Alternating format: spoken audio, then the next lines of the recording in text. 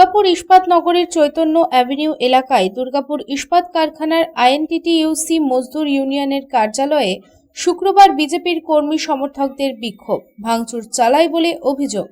বিক্ষোভকারীদের দাবি, এই কার্যালয় থেকে তৃণমূল সমর্থিত শ্রমিক সংগঠনের নেতা বান্টি সিং ও জয়ন্ত রক্ষিত চাকরি দেওয়ার নামে কাটমানি নিয়েছেন।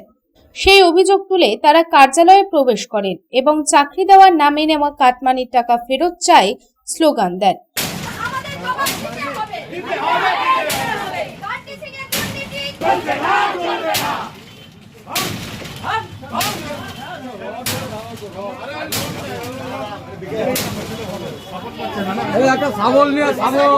বিক্ষোভ ও ভাঙচুরের পর বিজেপি কর্মী সমর্থকেরা কার্যালয়ে তালা লাগিয়ে সেখান থেকে চলে যান।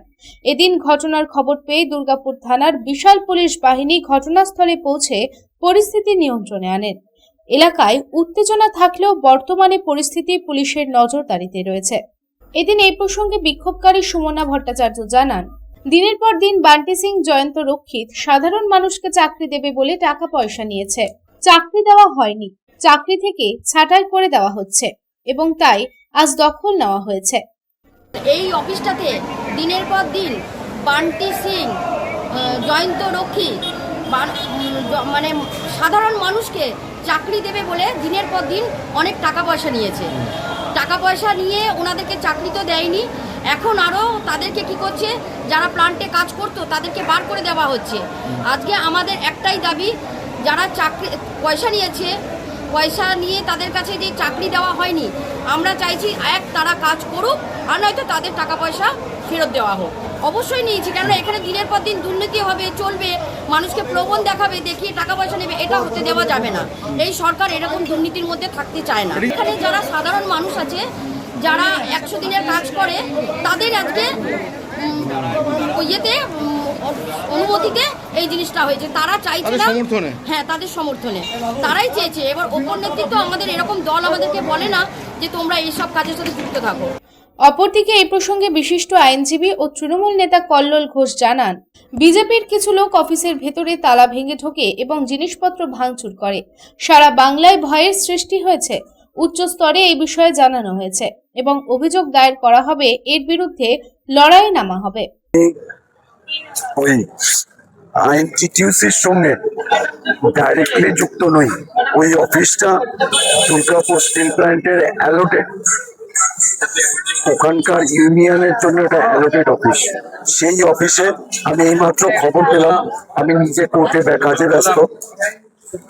কাজে ব্যস্ত এই মুহূর্তে আমি এটা খবর পেলাম, আমরা যোগাযোগ করলাম এবং জানতে যেটা পারলাম যে বিজেপির কিছু দুষ্কৃতী বা ক্যাডার, তারা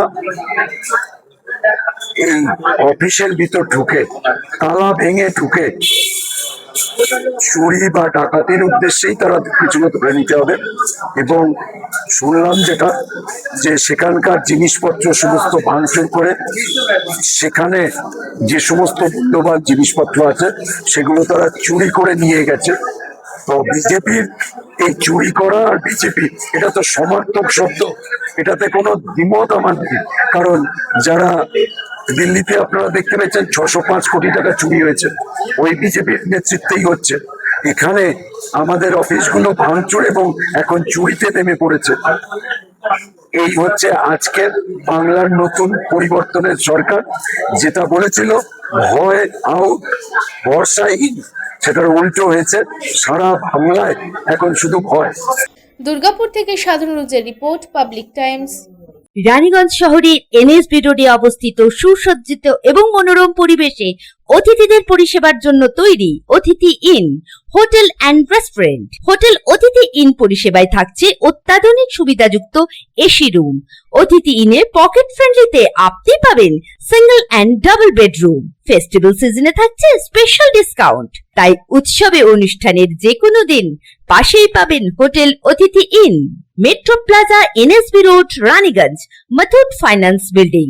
যোগাযোগ করুন এই নাম্বারে 7872933666 এবং 9434133666।